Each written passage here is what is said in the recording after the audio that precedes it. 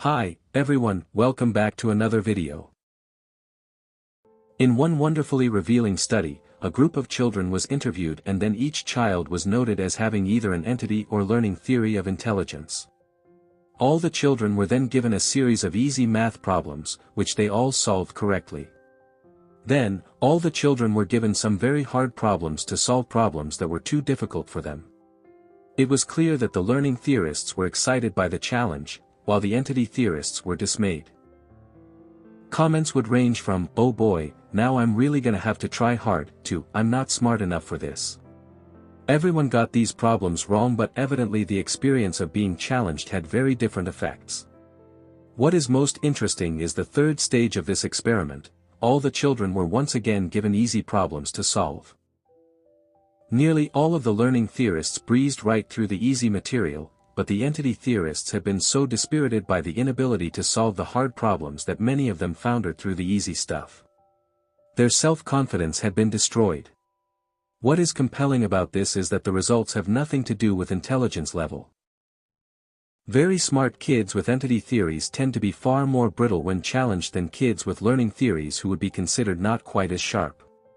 In fact, some of the brightest kids prove to be the most vulnerable to becoming helpless, because they feel the need to live up to and maintain a perfectionist image that is easily and inevitably shattered. Our minds.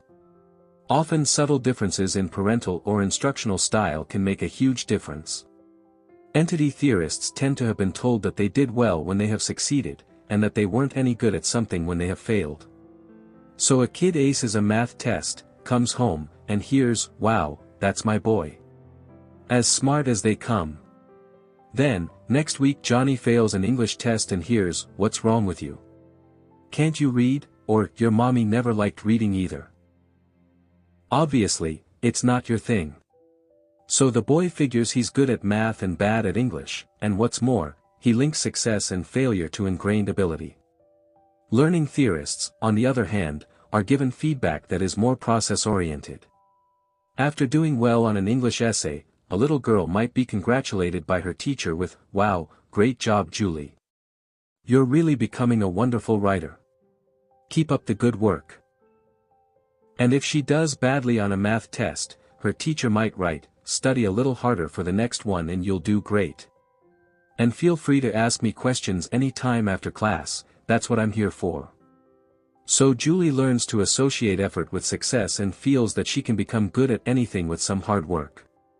She also feels as though she is on a journey of learning, and her teacher is a friendly assistant in her growth. Johnny thinks he's good at math and bad at English, and he focuses on quick results as opposed to long-term process. But what happens when he does badly on a hard math test down the line? Will he be prepared to learn the right lessons from life's inevitable challenges? Unfortunately, he may not. It is clear that parents and teachers have an enormous responsibility in forming the theories of intelligence of their students and children, and it is never too late. It is critical to realize that we can always evolve in our approaches. Conclusion. This research powerfully shows that how we think about intelligence matters more than how intelligent we actually are. Children who believe intelligence is fixed, entity theory, tend to crumble when faced with difficulty, not because they lack ability, but because challenge threatens their self-image. In contrast, those who see intelligence as something that can grow through effort, learning theory, respond to difficulty with curiosity, resilience, and persistence. The key lesson is clear: confidence, motivation, and long-term success are shaped by mindset, not raw talent. Feedback that focuses on effort, strategies, and improvement nurtures learners who are willing to take risks and learn from failure. On the other hand, praise or criticism tied to fixed ability can unintentionally create fear of failure and emotional fragility. Parents, teachers, and educators therefore play a crucial role. By emphasizing process over perfection and growth over labels, they can help children, and adults, develop resilience and a lifelong love of learning. Most importantly, these mindsets are not permanent.